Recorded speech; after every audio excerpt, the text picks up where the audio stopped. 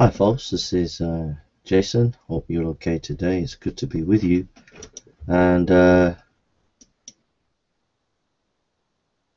hope everybody's okay. And we're looking at the deception of evolution. I've been working through a book called Evolution Cruncher, and I got up to about page 48. They allow you to use the book and to publish in print and use any of the information to get the information out to the public. And so I'm going to be reading from that book, and it's 965 pages of useful information. And so let us begin.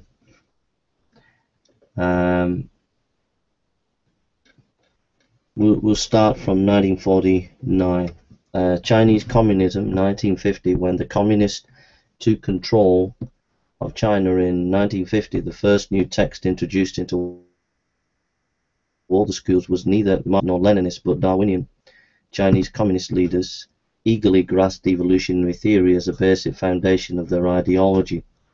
The government established the Paleontological Institute in Beijing with a large staff of paleontologists dedicated to proving evolution. Sir Julian S. Huxley, 1887 to 1975, grandson of Darwin's bulldog Thomas Huxley. Julian Huxley was the leading spokesman for evolution by natural selection in the mid-20th century.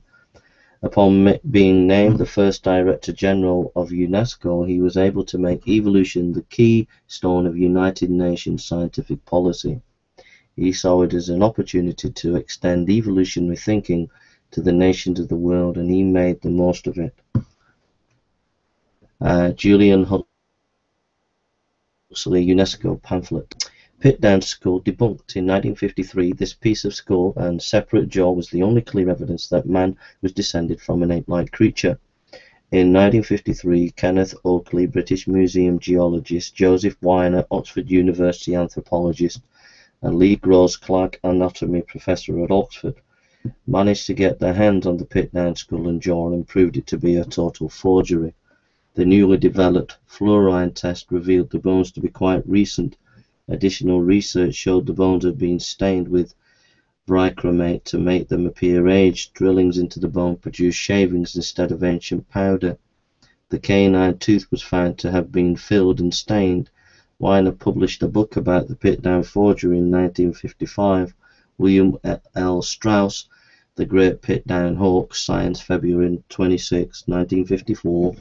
Robert Silverberg, Scientist and Scandals, a Book of Hoax, 1965. Amino acid synthesis in 1953, when Stanley Miller produced a few amino acids from chemicals amid a continuous small sparking apparatus. Newspaper headlines proclaimed life has been created, but evolutionists hid the truth. The experiment had disproved the possibility that evolution could occur. The amino acids were totally dead, and the experiment only proved that synthetic production of them would result in equal amounts of left and right-handed amino acids. Since only left-handed ones exist in animals, accidental production could never produce a living creature. Al Milner, Encyclopedia of Evolution, 1990, page 274. Discovery of DNA. 1953, Rosalind Franklin took some special photographs which were used in 1953 by Francis Crick and James Watson without giving her credit. To develop the outstanding helix model of the DNA molecule, DNA has crushed the hopes of biological evolutionists, for it provides clear evidence that every species is locked into its own coding pattern. It would be impossible for one species to change into another, since the gene network together so closely. It is a combination clock, and it's shut tight. Only subspecies variations can occur. Varieties in plants and breeds in animals. This is done through gene shuffling. A.I. Aperin, Life, Its Nature, Origin and Development, 1961, page 31. Herbert P. Jockey, A Calculation of Probability, A Spontaneous Biogenesis, Bioinformation Theory, Journal of Theoretical Biology, Volume 67, 1977, page 398. The odds of accidentally producing the correct DNA code in a species or changing into another viable species are mathematically impossible. This has repeatedly been established by J. Leslie, Cosmology, Probability, and the Need to Explain Life in Scientific America and Understanding, page 53, 64 and 65, E. Ambrose, Nature and Origin of the Biological World, 1982, page 135. 5 polls about evolution in 1954. The general public supports the teaching of creation in public schools, not just evolution, by a massive majority of 86% to 8. AP and NBC polls. Number 2, a national poll of attorneys agreed 56% to 26%, and find dual instruction constitutional 63% to 26%. The American Bar Association commissioned a poll. Number 3, a majority of university students at 2 secular colleges also agree, 80% at Ohio State and 56% at Oberlin. 2/3 of public school board members agree, 67% to 25%. American School Board Journal poll. A substantial minority of public school teachers favor creation over evolution. Houston Analytical Consulting poll source, W. R. Bird, Origin of Species, Revisited, 1954, page 8. Kurzweil Research, 1956. After 15 years of careful research, Donovan A. Kurzweil, a Loma Linda University biochemist, published an important book, Exodus Problem and its Ramifications. Kurzweil correlated an ancient Egyptian and Bible events and dates, providing us with one of the best ancient chronologies available. He showed that Menethos king list overlapping in a major reduction in the duration of Egypt's dynastic history and placement of its first double ruler dynasty at around 2150 BC. This study, along with others reviewed in Chapter 21, Archaeological Dating, showed that archaeological dating does indeed correlate closely with Bible history. Due to a lack of space as we neared publishing time, we had to omit most of this chapter, but it is on our website. Thomson's attack on Darwin. In 1956, W. R. Thomson, a leading evolutionary scientist, was asked to write the introduction to the 1956 reprint edition of Darwin's Origin of Species. In it, Thomson scathingly attacked Darwin's theories and every essential point as worthless. W. R. Thomson, Introduction to Charles Darwin, Origin of Species, 1956 edition. Children's books. 1958, while evolutionists secretly recognize theory is falling through the floor, to the gullible public it is praised more and more as the scientifically proven answer to the mystery of life and matter. In 1958, The Wonderful Egg was published and immediately recommended by the American Association for the Advancement of Science as a worthwhile science guide for little children. 2 major NEA affiliates, the American Council on Education and the Association for Childhood Education International, gave it their highest recommendation. The book tells about a mother dinosaur who laid a wonderful egg, which hatched into a baby bird, the first baby bird in the whole world, and a baby bird grew up with feathers, the first beautiful bird that ever sang a song high in the treetops of long, long ago, quoted H. Morrison G. Parker, What is Creation Science, page 148. Geoscience Research Institute. In 1958, this creation organization, GRI, now located in Linda, California, was organized specifically to carry on research work in the area of creationism and produced educational materials for scientists and science teachers. Darwinian Centennial Celebration, 1959. As the year 1959 approached, evolutionists saw it was a splendid opportunity to ballyhoo the glories of evolution theory. As the 100th anniversary of Darwin's Origin of the Species approached, a flood of books and articles appeared. The largest between was held at the University of Chicago, where Julian Huxley gave the keynote address, focusing his attention on a triumphant total repudiation of God. In the same year, two major books attacking evolutionary theory in Greek detail were released. The first was Gertrude Hamelfrabe's Darwin and the Darwinian Revolution.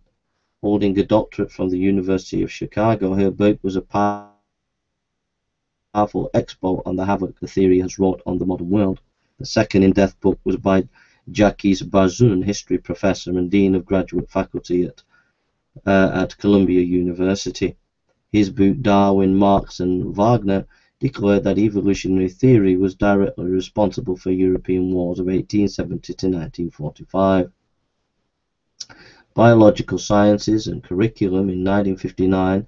Another significant event the year was the establishment of a standardized biological science curriculum study, BSCS, the public secondary schools.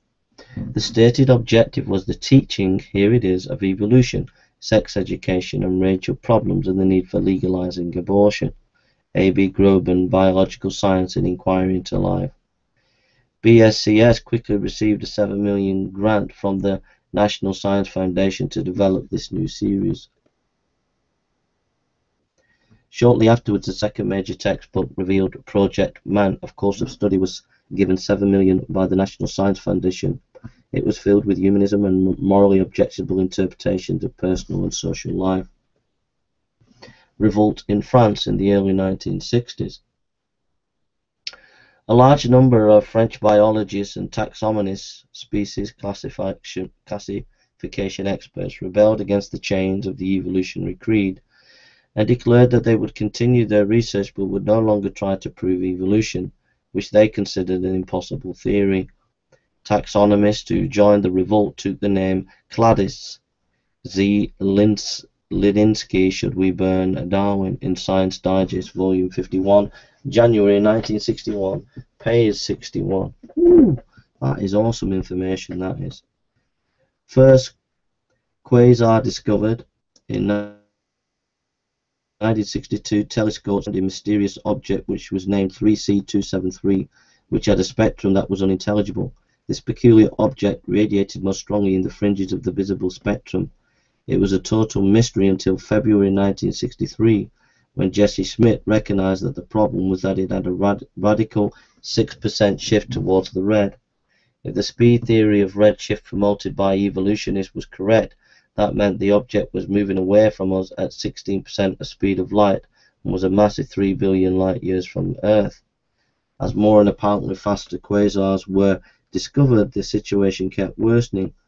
Ultimately, their existence debunked the evolutionist speed theory of redshift, yet the redshift and background radiation were the only two evidences of an earlier Big Bang.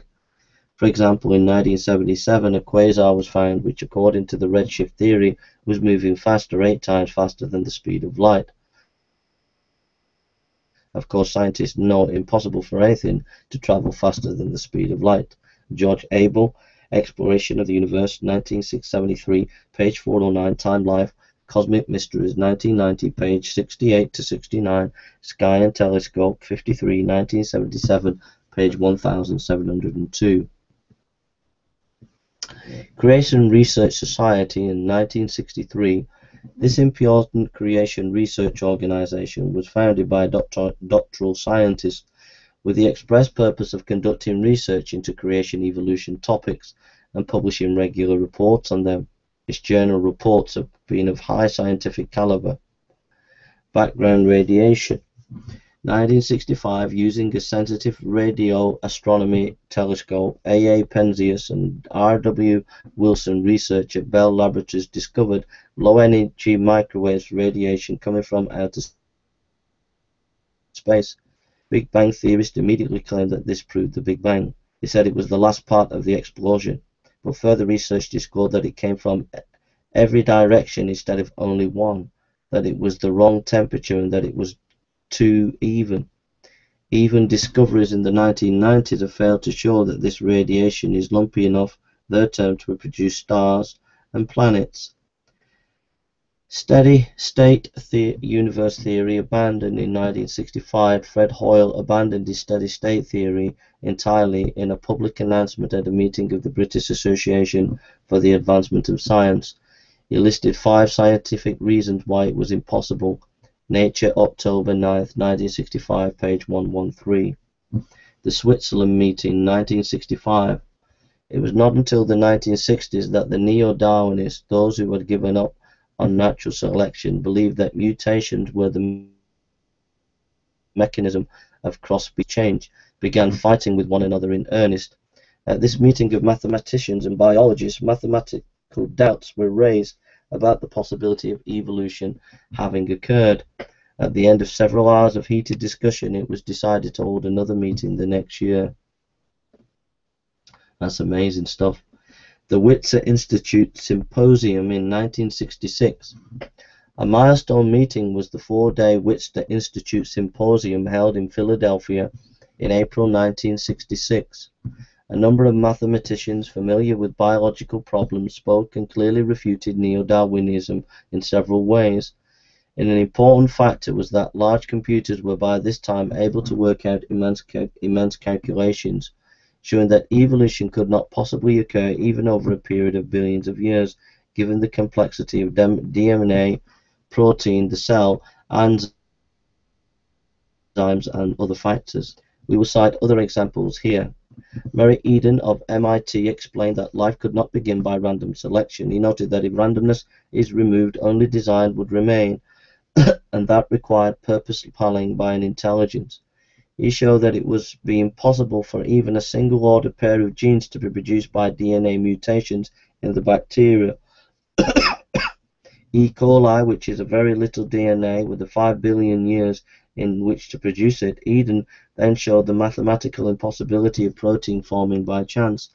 He also reported on his extensive investigations into genetic data on hemoglobin red blood cells. Hemoglobin has two chains called alpha and beta. A minimum of 120 mutations would be required to convert alpha to beta.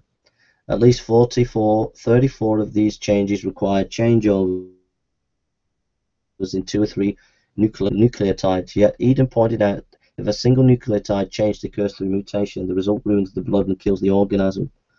For more on the Witzer Institute, read the following book, Paul Moorhead and Martin Kaplan, Mathematical Challenges to the Neo-Darwinian Interpretation of Evolution, Witzer Institute, monograph number 5. Antelope Spring Tracks in 1968. Trilobites are small marine creatures that are now extinct. Evolutionists tell us that trilobites are one of the most ancient creatures that have ever lived on planet Earth, and they lived millions of years before they were human beings. William J. Meister, Sr., a non-Christian evolutionist, made a hobby of searching for trilobite fossils in the mountains of Utah.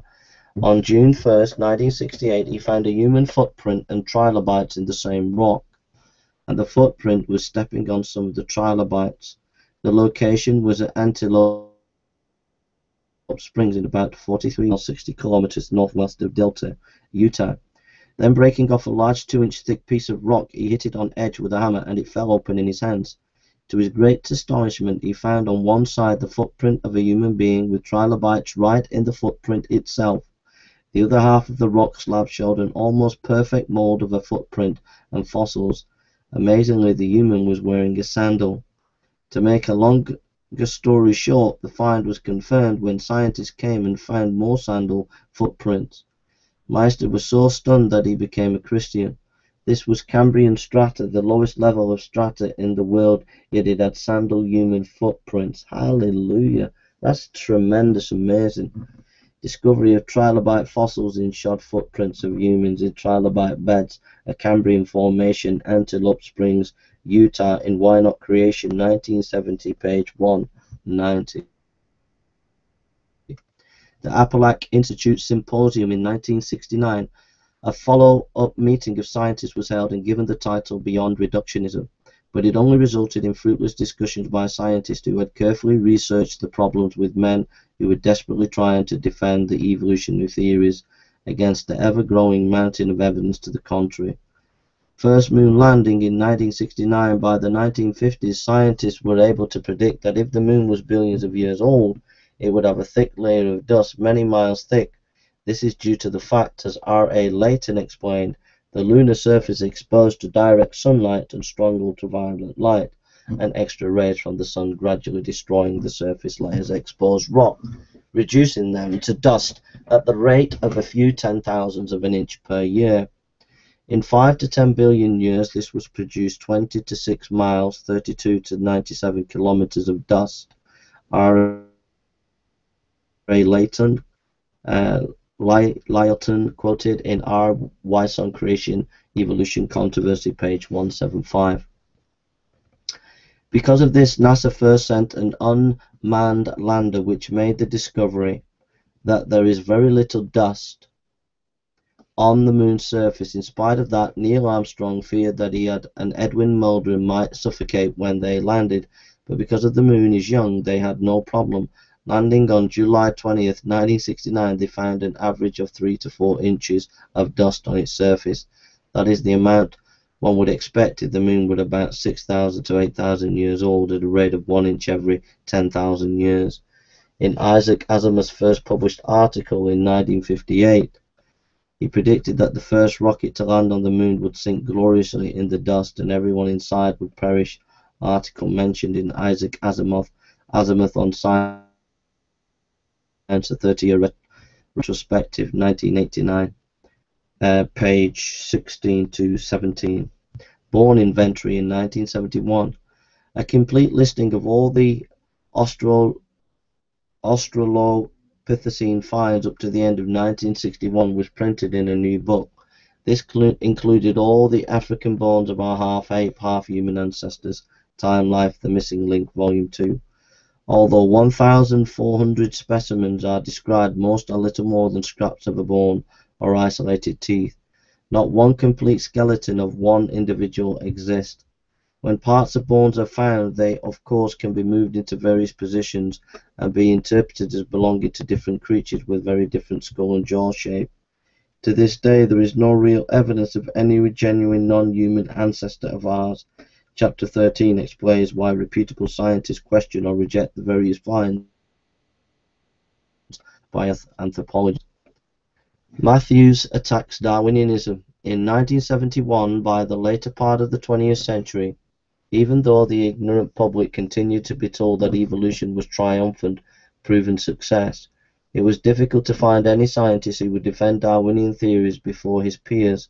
L. Harrison Matthews, and other distinguished scientists, was asked to write a new introduction to Darwin's Origin of the Species to replace Thompson's 1956 introduction, which scathelessly attacked Darwinianism. In his introduction, Matthews said that Thompson's attacks on Darwin were unanswerable. Then Matthews proceeded to add more damaging facts. L. Harrison Matthews' introduction to Charles Darwin, Origin of the Species, 1971 edition. The evolutionary theory must have run into our times when book publishers cannot find a reputable scientist who is appreciative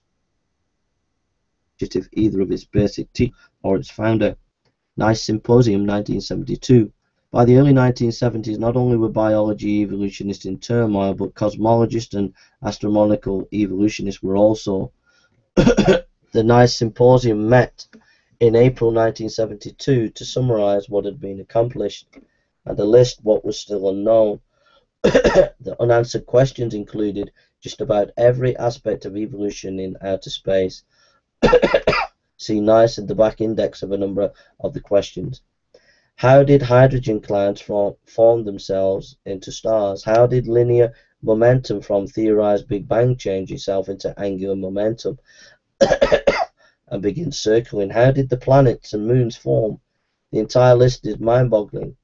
After all these years, the astronomers still do not have an answer to any of the basic evolutionary problems. Review of the Nice Symposium, and R. E. Koffel and K. L. Sedgraves, The Creation Explanation, page 141 to 143.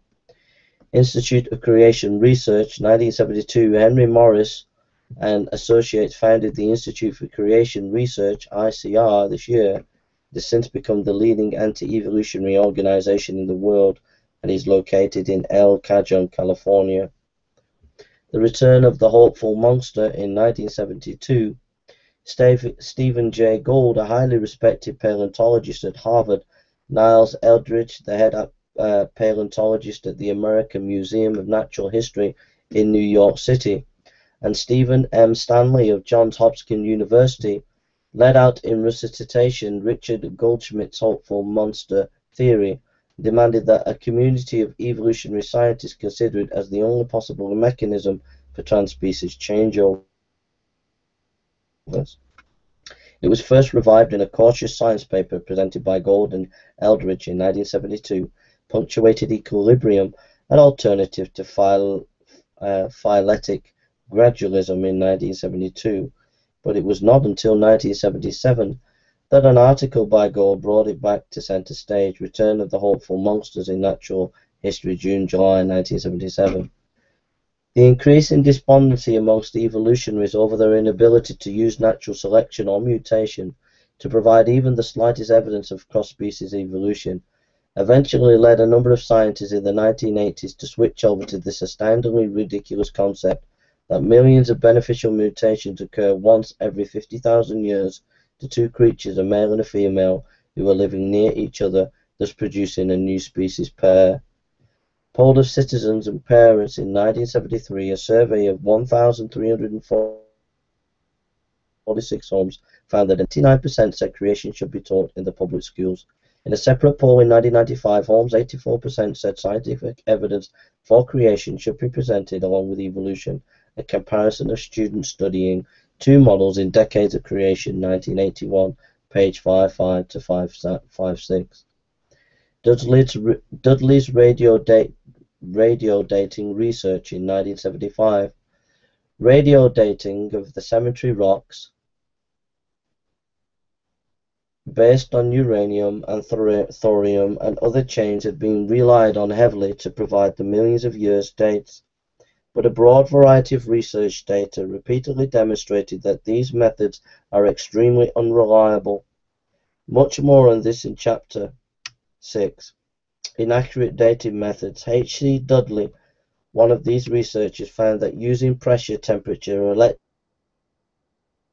and magnetic fields dressed in molecular layers, he could change the decay rates of 14 different radioisotopes. The implications of this are astounding. The strata were laid down under great pressure and samples would vary widely to temperature and other changes.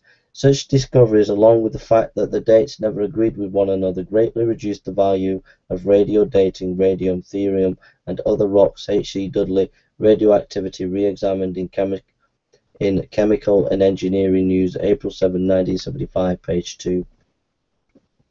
Leakey's footprints. In 1977, throughout the 20th century, human footprints have been found in supposedly ancient rocks, sometimes with dinosaur prints. We will mention only a couple examples in this chapter. In Chapter 13, Ancient Man for More. In approximately 1977, Mary Leakey found L.A.T.O.L.I. in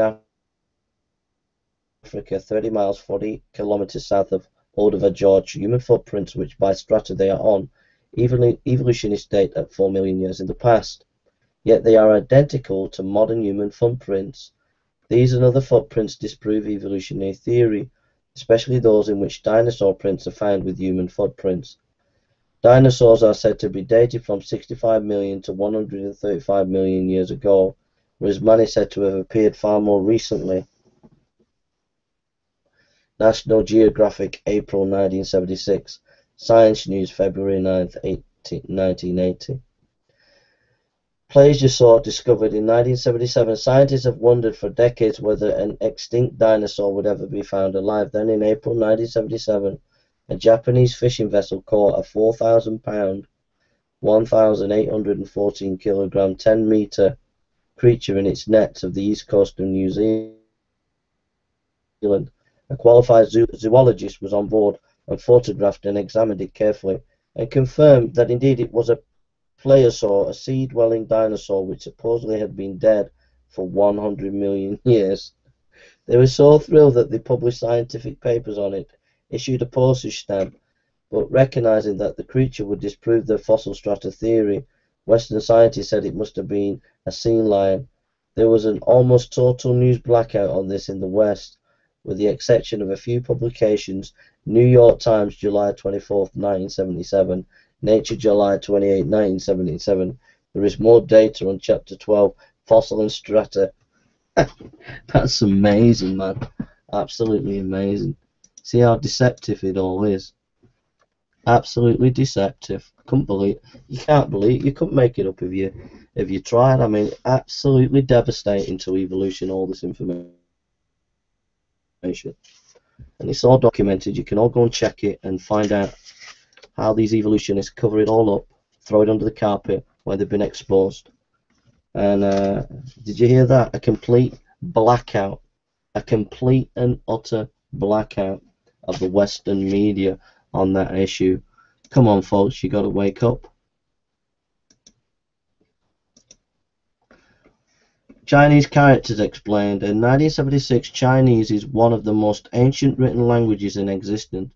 Each Chinese character is a combination of several different words. C.H. Kang and Ethel R. Nelson did extensive research into Chinese words and discovered the characters contained the story of creation, the Garden of Eden, and the fall of Adam and Eve, and the flood story. For example, the word boat is made up of two words, vessel and eight, Genesis 7:7, Genesis chapter 13, 8 and 13. Tempter is devil, cover and tree, Genesis chapter 3, 1-6. In chapter 14, effects of the flood, will be found several more examples, plus an illustration of what some of them look like. C.H. Kang, Ethel R. Nelson, The Discovery of Genesis, How the Truths of Genesis Were Found Hidden in the Chinese Language, 1979. That's amazing. Poll of University Students, 1979. A poll of students at Bowling Green State University, Ohio, found a clear majority of both undergraduate and graduate students taking biology classes favor the teaching of both creation and evolution in schools.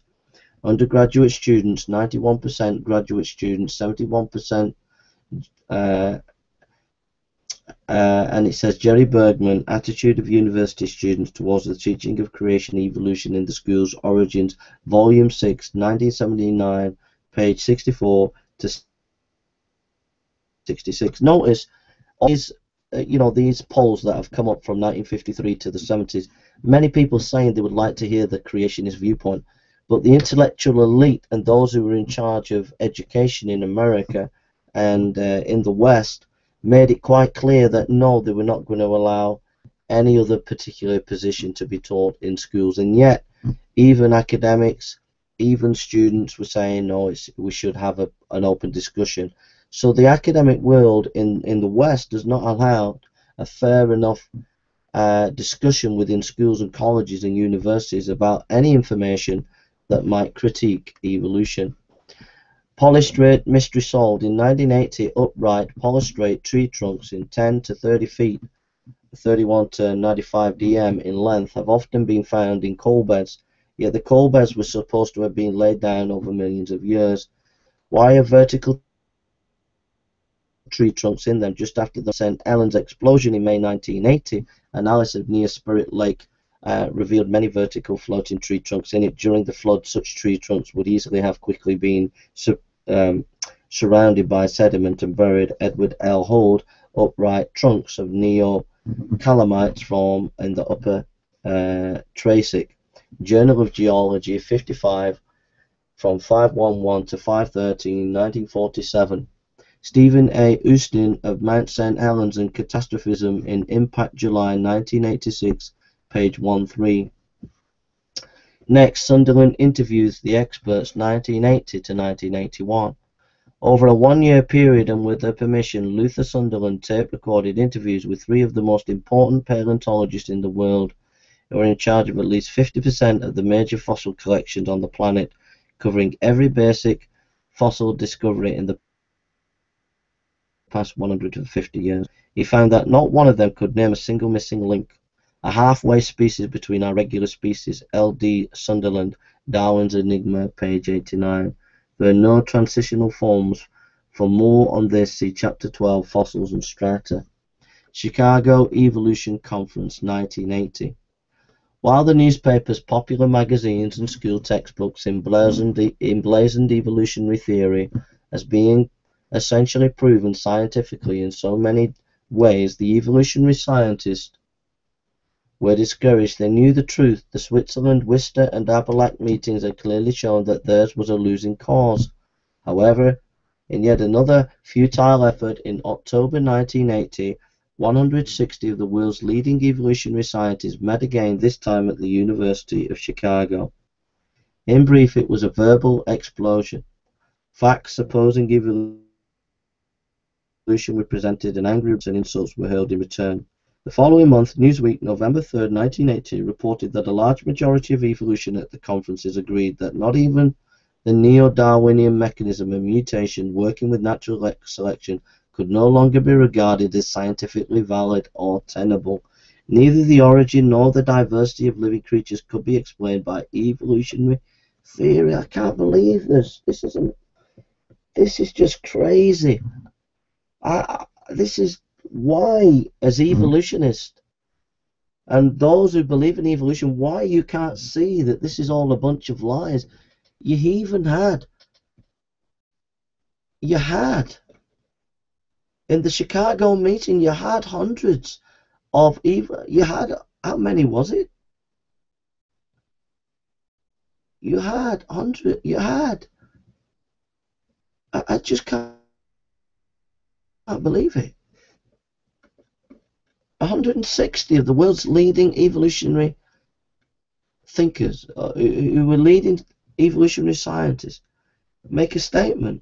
A large majority of evolutionists at the conference agreed that not even the neo-Darwinian mechanism of mutations working with natural selection could no longer be regarded as scientifically valid or tenable. Neither the origin nor diversity of living creatures could be explained by evolutionary theory.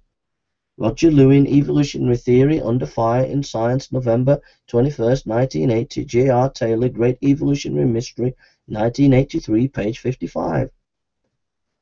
Why is the public still told that evolution is essentially proven and all the scientists believe it when both claims are far from the truth?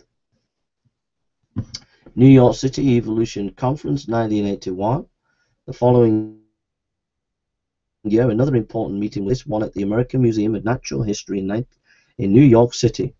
Colin Patterson, a senior paleontologist at the British Museum of Natural History, read a paper in which he declared that evolution was possibly anti-knowledge and added, "All my life I have been duped into taking evolution as revealed truth." Yet Patterson is in charge of millions of fossil samples, and he is well acquainted with the collection. Commentating on the crisis, another scientist, Michael Ruse, wrote that the increasing number of critics, including many with the highest intellectual credentials, Michael Ruse, Darwin Theory and Exercise in Science, in the New Scientist, June 25th, 1981, page 828. Whew, my friends, it's very, very, very, very devastating stuff, this, my friends. Panspermia, 1981. Amid the series of desperation and despair rising from evolutionary scientists, one of the most famous scientists of the 20th century, a Nobel Prize winner, came up with a new theory. In 1981, Francis Crick, the co-discoverer of the structure of the DNA molecule, published a book declaring that directed panspermia was responsible for life on Earth. According to this theory, people from another planet sent a rocket down with living creatures on it in order to populate our planet. Crick admits that this does not explain how nearly all our plant and animal species came into existence, nor does it explain the transportation problem. Centuries of travel through the cold of outer space would be required. This theory is a desperate, grasping effort to provide a solution to the question of how living creatures originated, a puzzle which thousands of scientists in 150 years of diligent work have not been able to solve. Very few intellectuals have accepted panspermia. My friends, panspermia is a desperate attempt. My friends, come on. When you start pumping out that kind of nonsense, it means it's all over for evolution. You would agree? Would you agree? I'm sure you would agree. It's absolutely desperate that you would come up with that kind of nonsense. Absolute desperation. Panspermia. Woo! Crazy days for the evolutionist. Crazy days. Cambridge Evolution Conference in 1984. Desperate for a solution, in 1984, a seminar held at Cambridge University, Stephen Gould's hopeful monster theory, was discussed. The wild idea that a lizard laid an egg one day and a bird hatched. Karl Popper's theory of science was also discussed. Popper is an expert on the philosophy of science. His position is that a theory must be testable. Evolution, of course, does not meet the test. See chapter 37, Philosophy of History, on our website. Yeah, just a little bit of an interest. Show me how natural selection and mutation that produces new species. Show me by a test that this is the case. The mechanism is the case. Show me. If you can't test it, then you can't believe it, if you know what I mean. And a second mechanism changeover in 1980s. The utterly unscientifically hopeless monster theory which Richard Goldschmidt proposed in the 1930s. Hey, I tell you what you evolutionists can do. You could put your monster theory and your panspermia theory and have a pans monster theory to come up with how life came on the earth. Oh, come on, my friends, it's just desperate. Yet as the years passed and a great mountain of evidence surfaced against both natural selection and mutations as a mechanism across species change, the experts felt desperate. There was nothing left but the theory of sudden, miraculous million mutation, beneficial changes once every 50,000 years, which Gould, Stanley and their associates were increasingly urging. Just as astronomers had, in desperation, accepted the ridiculous Big Bang explosion theory 20 years before as the cause of a universe of orderly galactic systems, so the biological evolutionists now went farther out on their own evolutionary limb. Geneticists, biologists and paleontologists recognized that the evolution of one species out of another was impossible otherwise. Evolution is in hopeless desperation fled to an imagined hopeful monster. Answers in Genesis in 1980 added Answers in Genesis, a creationist organization now located in Florida, Kentucky. It has rapidly become a powerful voice in unveiling evolutionary errors in meeting on college and university campus and elsewhere. For every one creationist organization now in operation, there ought to be 100. Why not start one yourself? Why not start one yourself? Halton C. Arp eliminated. In 1983, a leading astronomer and president of the Astronomical Society of the Pacific in the early 1980s, ARP, carried on research for over 30 years, including extensive research time at Palomar and Mount Wilson observatories. He studied over 260 galaxies in more than 80 groups and tabulated 24 main galaxies and 38 discordant redshift companions, plus much more. His studies clearly refuted the speed theory of redshift, which, with background radiation, was the crutch that evolutionists leaned on to defend the Big Bang. Halton Arp, Quasars, Redshift and Controversies in 1987, page 5, plus many scientific articles. Threatened with disbarment from U.S. observatories if he did not stop tearing down one of the two Big Bang pillars, he refused. A few eminent astronomers, including the renowned astrophysicist Geoffrey Burbidge, made impassioned pleas for everyone to keep an open mind, but to no avail. In 1983, Caltech's Telescope Allocation Committee decided that ARP's line of research was not worthy of support, and he was to receive no more time for his work at the telescopes of Mount Wilson and Palomar observatories. Refusing to switch over to politically acceptable studies, he left Caltech for a position in the Max Planck Institute of Munich, where he continued to pursue his ideas. Referring to abrupt and ignoble ouster, Burbidge later wrote, "No responsible scientist I know, including many astronomers who were strongly opposed to Arp's thesis, believes justice was served." Time, Life, Cosmic Mysteries, 1990, page 67, 68. I mean, that is just absolutely indicting of evolutionary thinking, because any scholar, I mean, this was a guy of tremendous eminence in the scientific world, and because his ideas were upsetting their ideas, of the Big Bang, then we've got to get rid of it. It's just absolutely shocking, and you should be ashamed of yourself to be following evolution when you've been doing the stopping research and academic work by eminent scientists like that. Orkman debunked. 1984 news at last, one of our half-ape ancestors have been found in the Argelia region of Spain. Certified as the oldest man in Europe by a distinguished team of paleontologists, it made the headlines. An investigation was mailed to scientists throughout the continent to attend a meeting where they could deliver learned papers about the matter. But then the scientists in Paris discovered that it was a skull fragment of a 4-month-old donkey. Yes, a 4-month-old donkey. Spanish officials had to quickly mail 500 letters cancelling the meeting. As taken from a man. London Daily Telegraph, May 14th, 1984. Dear me, evolutionist, it's not looking good for you today, is it? And I suspect you'll be all doing your little spinning like you always do in the next few days and weeks ahead, spinning and saying, well, we got to get rid of that Jay because he's producing all this material showing how our beliefs aren't true and all the rest of it. Oh, Jay, how do you define species? You don't even know what species is, Jason. That's the kind of nonsense kind of arguments that these evolutionists that I've met come up with. Look, define your terms. We'll let you define the terms, but at the end of the day, my friend, we don't look at donkeys and say they're a man, and then try and get hundreds of scientists to come and discover the new half man and half ape, and then find when it's all said and done, it's a donkey.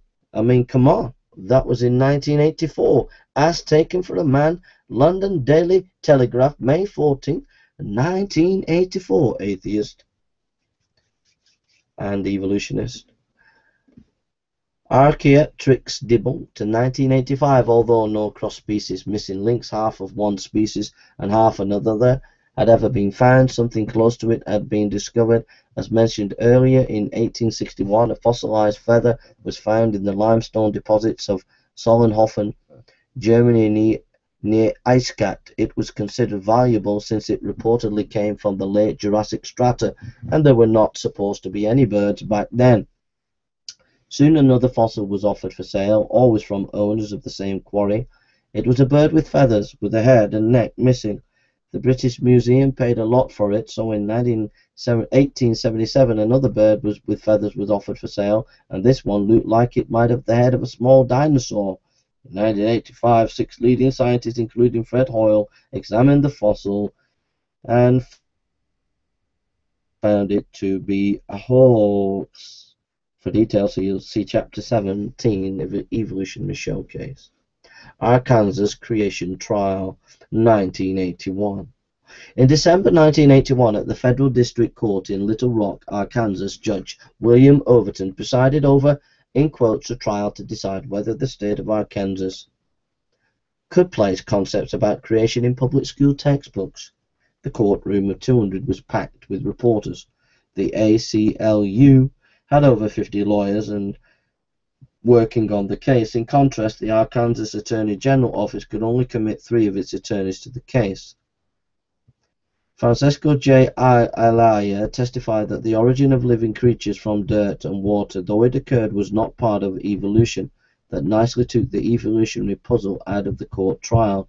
At any rate, on the basis of a variety of dodges and misstatements by the plaintiffs, the judge against Arkansas State. It is an old fact that the ACLU has advised every state legislature considering enactment of a law permitting equal time for both views that the ACLU will give them another full-blown monkey trial, as they did at Dayton, Tennessee in 1925. The evolutionists never defend their position with scientific facts, for they do not have any. Instead, they use ridicule and lawsuits. Norman Geisler, the creator and the courtroom. 1982, Robert Gentry's Creation Tiny Mystery, 1986. Yeah, it's interesting that this is one of the bullying tactics that evolutionary use, taking states, taking councils, taking schools, colleges to court if any evidence is presented against evolution. So basically, you're not in a free academic environment that's going on. Radioactive halos disproved molten earth theory. 1986, Robert V. Gentry carried on research into radio halos in granite for years, but was discharged from Oak Ridge Research Laboratory in 1982 because he testified in defense of Arkansas State at the above-mentioned trial. He then put his years of research finding and professional articles into a book, Creation's Tiny Mystery, in 1986. In brief, billions upon billions of polonium-218 radio halos are in granite, yet each halo was formed in less than 3 minutes. There is no way the halos could get in there after the granite was formed, yet the granite had to be solid when the halos formed. This means the granite was created solid in less than 3 minutes. Since granite is the basement rock under every continent, it would be impossible for the Earth to have been a molten mass, as conjectured by the evolutionists. Interestingly enough, granite can be melted, but it will reform into rhyolite, never into granite. See Chapter 3, Origin of the Earth, for a brief summary of data on this. Go to our website for a complete study on the subject. Poll of biology teachers in 1988, a survey conducted by the University of Texas found that 30% of 400 high school biology teachers believe in biblical creation and only 19% believe in evolution. Waco Tribune, Herald, September 11th, 1988. Chernobyl, 1986, is an evolutionary paradise. Since mutations are today thought to be the leading mechanism for achieving evolutionary change for the better, the intense radiation which the people received April 26, 1986 should have brought them great benefit because of all the mutations it induced. They should be stronger, healthier, have improved organs and produce children which are higher forms of life. But this has not happened. Scientists know that even Marie Curie and her daughter died as a result of working with radiation. Mutations result in harm and death, never in evolutionary change. Isaac Asimov, Asimov's New Guide to Science, 1984, page 691 to 692. Here are some quotes. I have often thought how little I should like to have to prove organic evolution in a court of law. Errol White, Proceedings of the Linnean Society, London, 1966. An ichthyologist expert on fish in 1988 addressed before a meeting of the Linnean Society in London. Here's another quote. I doubt if there is any single individual with the scientific community who could cope with a full range of creation arguments without the help of an army of consultants in special fields. David M. Rupp, Geology and Creation, Bulletin of the Field and Museum of Natural History, Volume 54, March 1983, page 18. Next thing, evolution could not do this. So I hope you're all sitting pretty. This has been a revelation, and I hope that you're okay today. We're going to continue this, and as you can see, it's full of interesting information.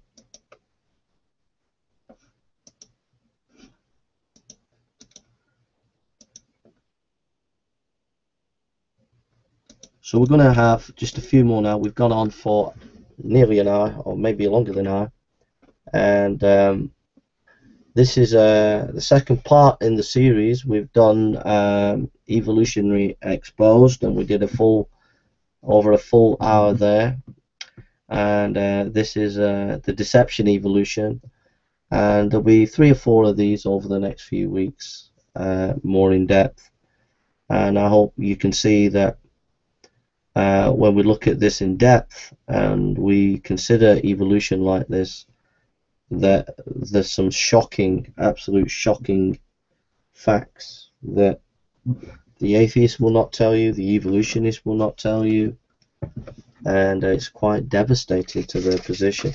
What they want to do is just bog you down with technicalities, but when we actually look into it, it actually doesn't bear. Basically, they're browbeating you with authority, scientific authority, but without the actual evidence. That's what they're doing. When you scratch below the surface, when you scratch before the surface, you find that these things are very, very poor. So what I'm going to do now, I need to get a glass of water because my throat is tired, and I'll see if I can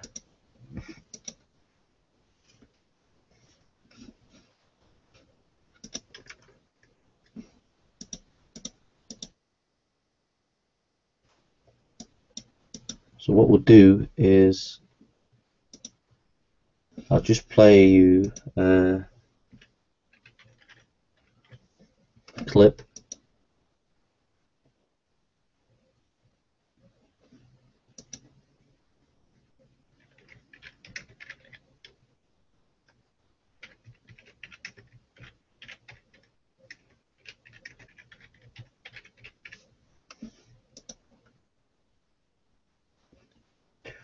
I'm just going to put a clip on for you. They give you permission, they allow you to use the material, and it's Slaves for Christ. And it is. So what I'm going to do is I'm going to so this is me, hope you're okay. I am now going to just put something on for you to watch just for a minute while I just go have a break, get some water. It's frightening what I have seen over the years. I hire teachers, and they have to have at least a 4-year college degree. I prefer a credential. And these students that are college kids coming out of universities, whether they were secular universities or Christian universities, I was absolutely stunned at what they didn't know. And I was sickened by what they did know. And so that was one of the reasons that I felt that it was time to come out and just be able to present an alternative. I'm not here tonight to prove or disprove anything. That's not my job. God doesn't need me to prove his word, does he? But the problem is we tend to look at God's word in our own little world, and we bring God down to our size. And that was what I did. As a scientist, it was really difficult to deal with Genesis. So what I wanted to do to start off with is just kind of give you a little update on who I am, where I came from, how did I end up here? Why would you come to hear what I have to say? I had a gentleman tell me earlier that evolutionary biologists aren't real popular. There aren't many of us. But how many of you have ever heard of an exobiologist or an astrobiologist? You know, those exobiologists, someone that is the study of biology elsewhere. I always thought that was a kind of a neat title and a description. So how do you study life in the universe? Well, you speculate. So what I want to do is just give you a little rundown. And it started for me in 1958 when I moved from the hills of Wofford, Kentucky, right straight to Newport Beach, California. I can really tell you about culture shock. And we look like the Beverly Hillbillies when we come rolling out of Kentucky. Now, Wofford had about 400 population. It's about 399 today. And we piled everything we had on this old 1954 Ford station wagon, and away we went. I was wearing Oshkosh before they were cool. Well, I got to tell you, kids can be merciless. But I wanted to start right here, Timothy 6:20-21. It says, O Timothy, keep that which is committed to thy trust, avoiding profane and vain babblings and oppositions of science, falsely so called, which some professing have erred concerning their faith. What I find that scientists have a way of complicating everything. As a scientist, I can complicate a bologna sandwich. But the rule, if you are a scientist or are in the science, you're going to hear a rule. It's called Occam's razor. Occam's razor means keep it simple. I remember my first semester in college, I took a class that said, just listen to this for 5 minutes and then we'll get back onto some more information. And then I'm going to be doing a video completely different on a historical topic. We'll be reading out some information on a historical topic. We'll be also recording in the morning. We'll be doing some sermons and various things like that if you want to come and listen in the morning and in the afternoon on Sunday. And so that's what's going to be happening here. And this video is called Evolution of an Evolutionist by Dr. Rick Oliver, and it's on Slave for Christ. They allow you to use their material. They're really good folk. Go down there, you'll find tons of information. Slaves for Christ, loads of information debunking evolution. And we'll just listen to this for a few minutes and then get back to our fact-finding information. Coming with the KISS principle. Oh, well, that sounds pretty cool to me. But when I walked in, you had KISS. Keep it simple, stupid. That was the key.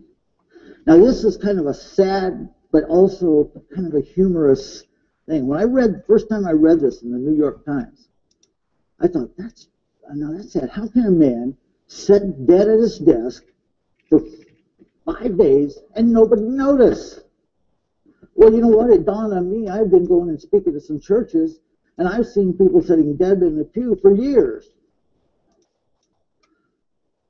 We have to put our faith in this book. We have to put our own nose in this book.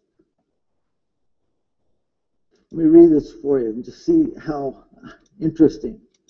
It says, bosses of a publishing firm are trying to work out why no one noticed that their employees had been sitting dead at his desk for 5 days before anyone asked if he was feeling okay. George Tuckelbaum, 51, had been employed as a proofreader at a New York firm for 30 years, had a heart attack in the open plan office he shared with 23 other workers. He quietly passed away on Monday, but nobody noticed until Saturday morning when an office cleaner asked why he was working during the weekend. His boss, Elliot Washewski, said, George was always the first one in, dying each morning and the last to leave at night, so no one found it unusual that he was in the same position all that time. And he didn't say anything. He was always absorbed in his work and kept much to himself. Well, I guess. But here's where it gets interesting. A post-mortem examination revealed that he had been dead for 5 days after suffering a coronary. George was proofreading manuscripts of medical textbooks when he died. I wonder if he's reading on the heart problems that we have. It says, you may want to give your coworkers the nudge occasionally. The moral of the story, don't work too hard. Nobody notices anyway. But isn't that sad? That a man can sit dead in his desk for 5 days and no one knows. What kind of impact did this man have on his colleagues, his peers, his family? So what kind of impact are you having? What kind of impact are you having on your neighbors, on your friends, your kids? See, we need to have an impact. Because, guys, I want to tell you, I am here tonight not because of some great textbook or some TV evangelist or anything else. I'm here for only one reason, and that's my mother and my grandmother never stopped praying for me. Everybody else kissed me on. And I'll tell you, I could avoid the Christians, and I did. And here's the hard part. It's when I was teaching, I taught high school for years, and then at the college level. I would give lower grades to some of my students just because I didn't like them, or they were Christians. So when I did accept Christ, I had this massive guilt problem to deal with. My mom or anybody in my family would send me birthday cards or Christmas cards. I could hold them up to the light and I could look and see a check or a gift certificate in there. I would throw it in the trash without opening it. Because I knew if I opened it, it would just say, praise the Lord, Jesus loves you, some of that religious stuff. That's how hardened I was. Guys, I was so hardened that I was not an atheist. I was an anti-Christian. I hunted them down. I loved to embarrass or humiliate a student who dared to challenge me in my classroom. But I got to tell you something. All the years I was teaching, and I had a lot of students challenge me, and a lot of times I just perceived that challenge when in fact it was just a honest, simple question. But one thing I noticed is that I never witnessed one of my Christian students ever take a stand. See, they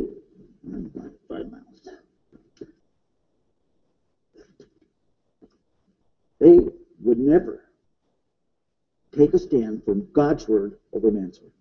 See, I would never allow their God into my science, but they always allowed my science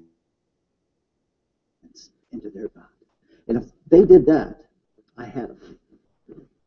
And that's one of the things I want to talk to you about in these next few sessions. How we tend to bring God down to our size, put God in this box.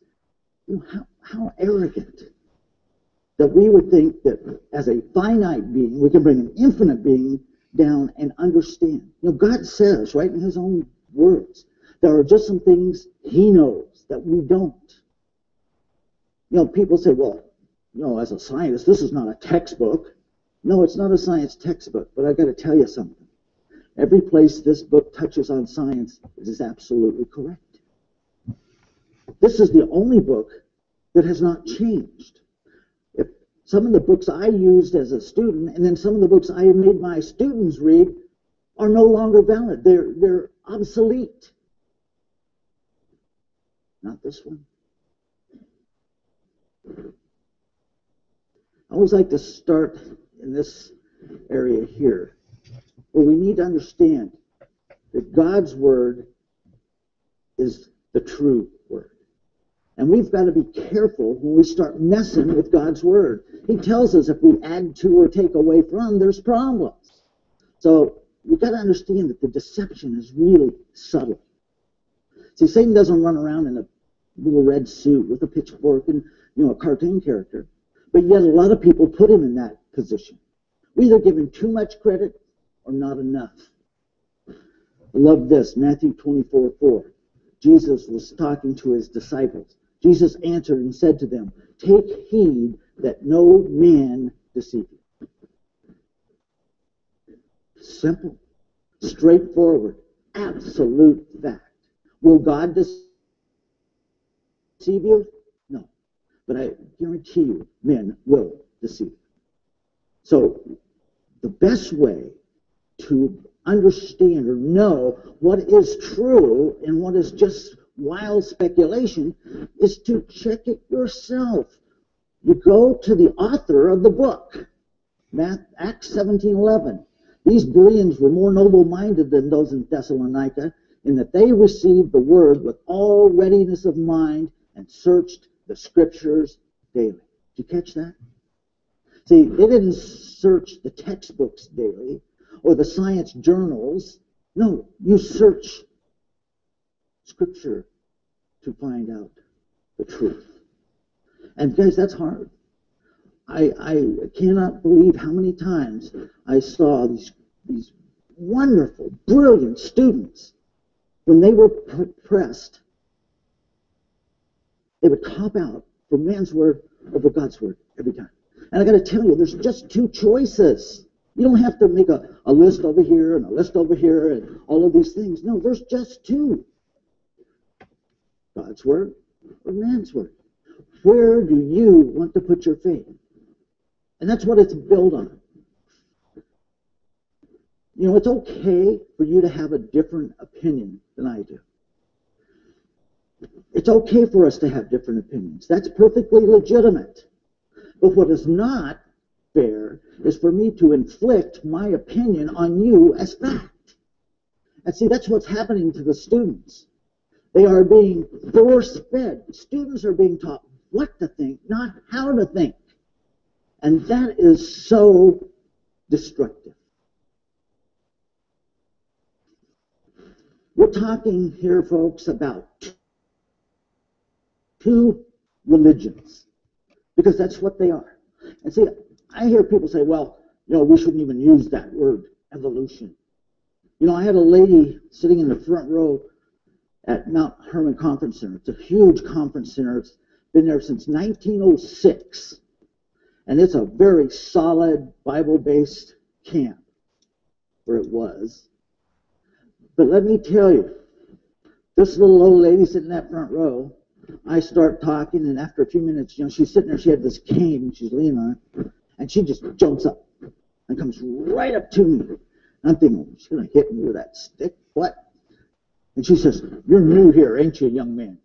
Well, that tells you how old she was. She called me young man. And I said, yes, ma'am, I am. I'm relatively new here. She says, you know this is a Christian camp? I said, yes, ma'am, I do. That's why I'm here. She said, you shouldn't use that word. You used that word evolution 26 times. So she was sitting there counting how many times I used the word evolution. She never heard a thing I said. You know, evolution is not a dirty word, folks. Evolution just means change. That's why the title of my talk tonight is The Evolution of an Evolutionist. Pretty cool, huh? See, I have evolved into the creationist I am today. See, that just means I've changed. But let me tell you, my PhD tells people that I am a professional evolutionary biologist. So I believe in evolution. I know it works. I have made it work. See, I can mess with the genes of a dog, and I can get yellow labs, chocolate labs, black labs, but I can't get a cat. See, change within us, because that's no problem. We adapt, we change. I can go in and talk in places. I've been invited into a few secular colleges, and I was invited to speak at this arena. There were 17,000 people. Guys, that's frightening. It's a sea of faces. It's not even fun because you can't even relate with anyone. But when I walk in there and I were to hold up my Scientific American, or in this case, the very latest issue of New Scientist, I get a nice ovation here. But look what it says. Scientific American. It says authority, expertise, credibility. So by using that, I gained that. I had credibility. I had authority. Why? Who wrote the book? See, if I were to go in there and do this, they would think. Okay, you can go and watch the full video, Evolution of an Evolutionist, Dr. Rick Oliver. And you can go and watch the full video for yourself. And so we're back on the fact-finding information. and just been reviewing comments. Here's a few comments from people under the Gospel for You. This is a few comments. We'll just read what a couple of the people are saying here. That is true. Fundamentalist Christians don't confuse donkeys with men. However, they do think their donkeys can talk. Oh dear, there's a painful lack of understanding here. Yes, it is pitiful. These are just ad hominem attacks. Radioactive halos, good grief, it's pronounced halos. See, ad hominem attacks.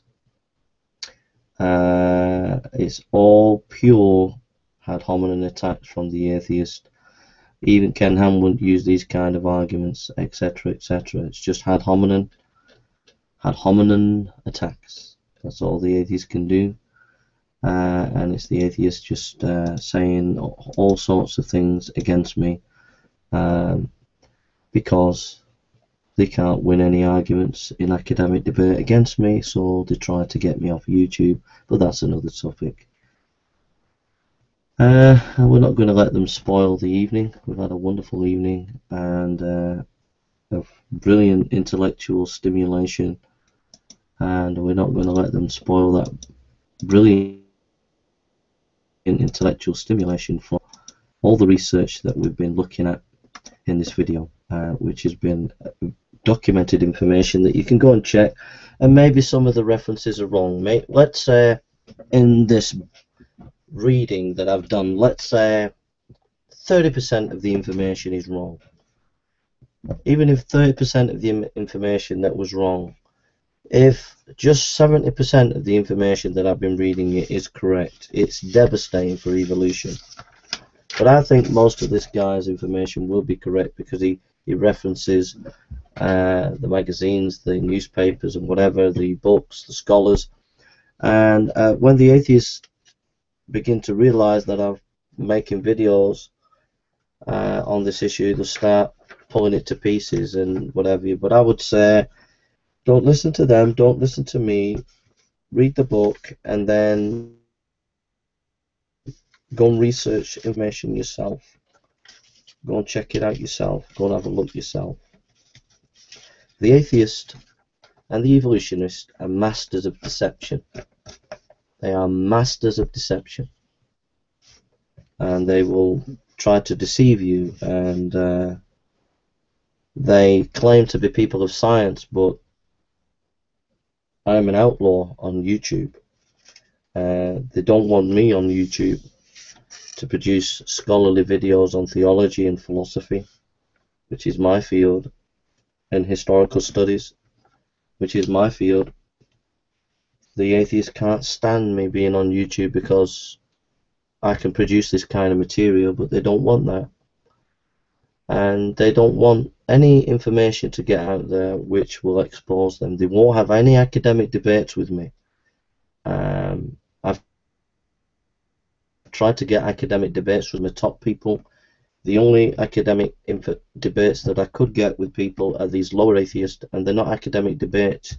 You get into a room with them, you try to organize an academic debate, and the next thing you know, they're accusing you of Nazis, being a Nazi, and all that stuff, and it's just deplorable, really. And so they cause controversies over silly, childish issues. They just can't actually get in a room and have a proper, old-fashioned, no-holds-barred, plain, simple academic debate. They've always got to snigger and laugh and mock and all the rest of it, and it's a shame. It's a shame because they're impeding, they're holding back academic research. They're holding the atheists on the internet, especially. They're holding back the intellectual climate of the West. They're clogging up the system. They're spoiling dialogue and discussion and debate on the internet because they are anti-intellectual, these atheists. And the same goes for the evolutionist. Actually, the evolutionists are anti-intellectual. They're actually stopping the progress of science. If we got rid of evolution and we embraced intelligent design, science would absolutely flourish, like it would be a new renaissance of science. But evolution is holding back science and regressing science back to the Dark Ages. In fact, it's holding back science for at least 150 years. But if we got rid of evolution, you would see an absolute flourishing of science, and the many inventions, the many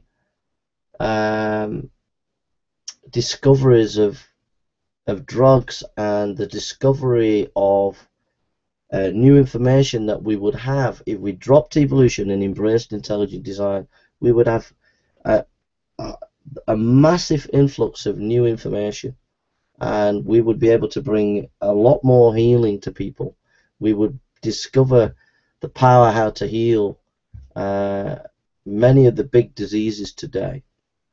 But evolution has been stopping this progressive development, and it's clogging up the system.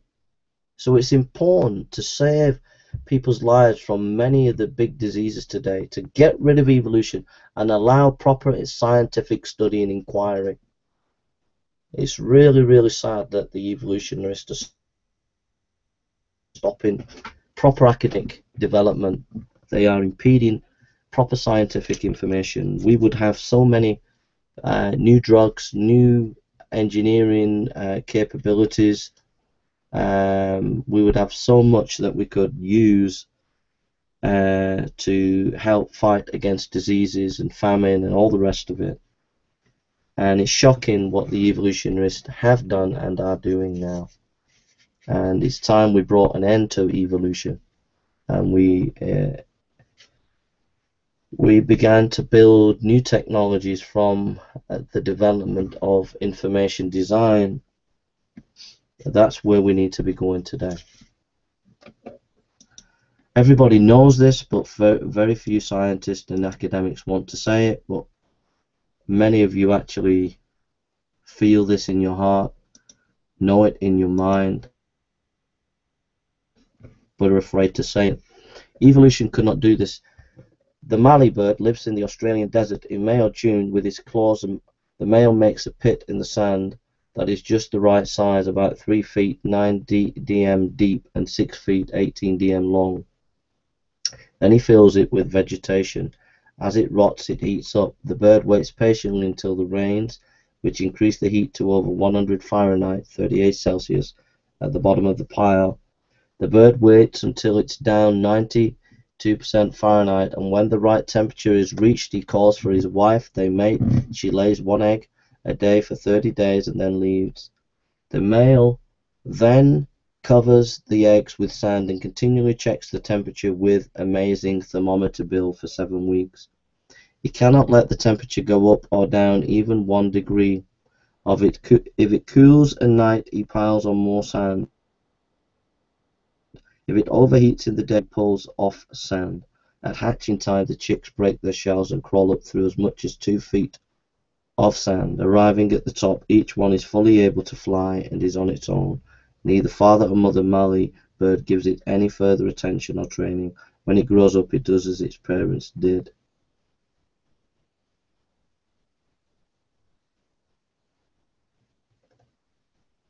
So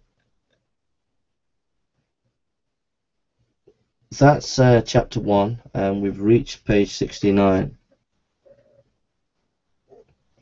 We'll be going through other chapters, and so this will be a series of maybe 10-15 videos of an hour long that we'll be doing. Now I'm going to be doing another video which will be on historical studies, so stay tuned if you want to continue to join me. We've finished this video, and I'll be doing another video on this maybe tomorrow in the next few weeks on evolution, and